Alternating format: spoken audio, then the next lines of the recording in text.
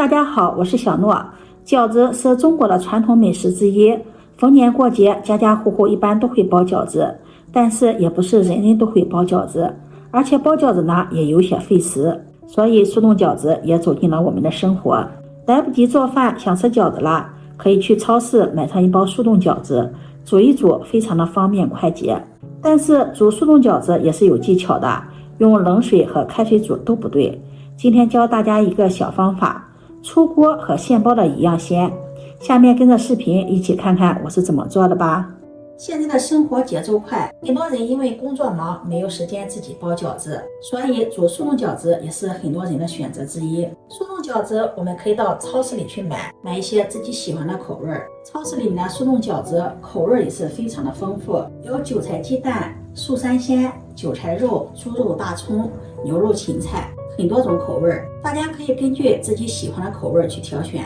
我们在购买速冻饺子的时候也是有讲究的，一定要看一下速冻饺子它表面的冰霜，如果冰霜多，证明这个饺子呢不太新鲜，是经过反复冷冻的。一定要看一下表面冰霜少，而且看上去没有冰霜的，像这样的饺子它就是比较新鲜的。我今天买的是素三鲜的，隔着袋子可以清楚的看到里面的饺子一个一个的没有冰霜，拆开放到盘中看看，颗颗分明，上面也带有很少的冰霜。我们在煮速冻饺子之前并不需要提前解冻，如果提前家里有储存的速冻饺子，可以在煮制之前拿出来就可以，无需提前解冻，因为从拿出来到烧水准备期间，这个饺子已经微微的有些解冻了。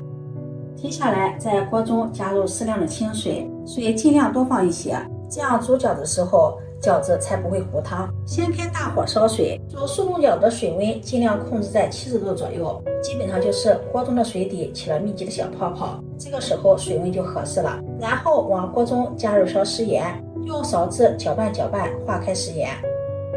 接着把准备好的饺子放入热水中，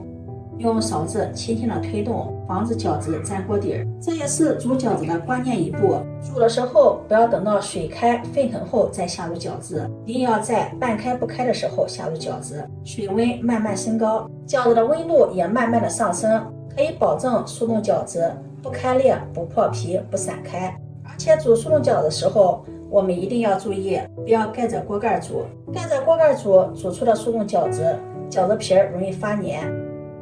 等锅里的水开之后，把火候转为中火，用勺子轻轻的推动饺子，然后往里面再打入一勺冷水，再用勺子推动均匀。水开后转中火，打入一勺冷水，主要有2个作用，一个作用是防止溢锅，防止饺子粘连，再一个就是将水温降下来，让饺子在温水中慢慢的煮透。如果用大火沸腾的开水一直煮冻饺子，饺子皮儿容易煮得开裂破皮。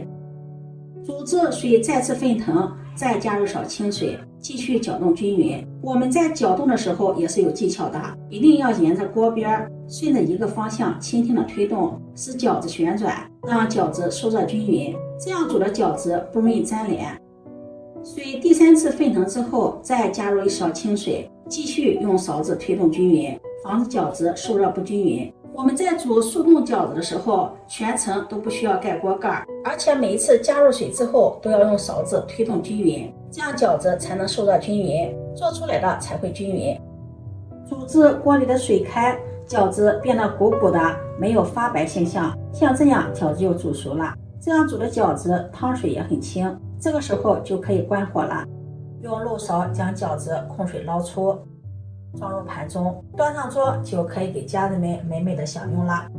用这样的方法煮出来饺子和刚包的饺子没有什么区别，表皮爽滑筋道，内里的馅料非常的鲜香，再蘸上料汁，一口一个，好吃的停不下来。现在大家有没有学会怎样煮速冻饺子呀？其实非常的简单，水量充足，加点盐，70度的水温下锅，也就是锅中锅底起小泡泡，似开微开的时候，这看似不起眼的操作都影响饺子的品质。很多人步骤都做对了，就是因为一点小疏忽，导致煮了一锅面汤，根本就没有食欲，也吃不下去。煮的过程中，水开点上3次冷水，全程不需要盖锅盖。按照这个小技巧煮出来的冻饺子，汤清，饺子爽滑，鲜香可口，饺子不开裂、不破皮、不露馅，吃起来和刚包的一样。今天我煮的是素3鲜的，无论煮哪一种饺子，荤的素的水量一定要充足，这样水饺在煮的时候可以避免粘连，而且不会粘锅。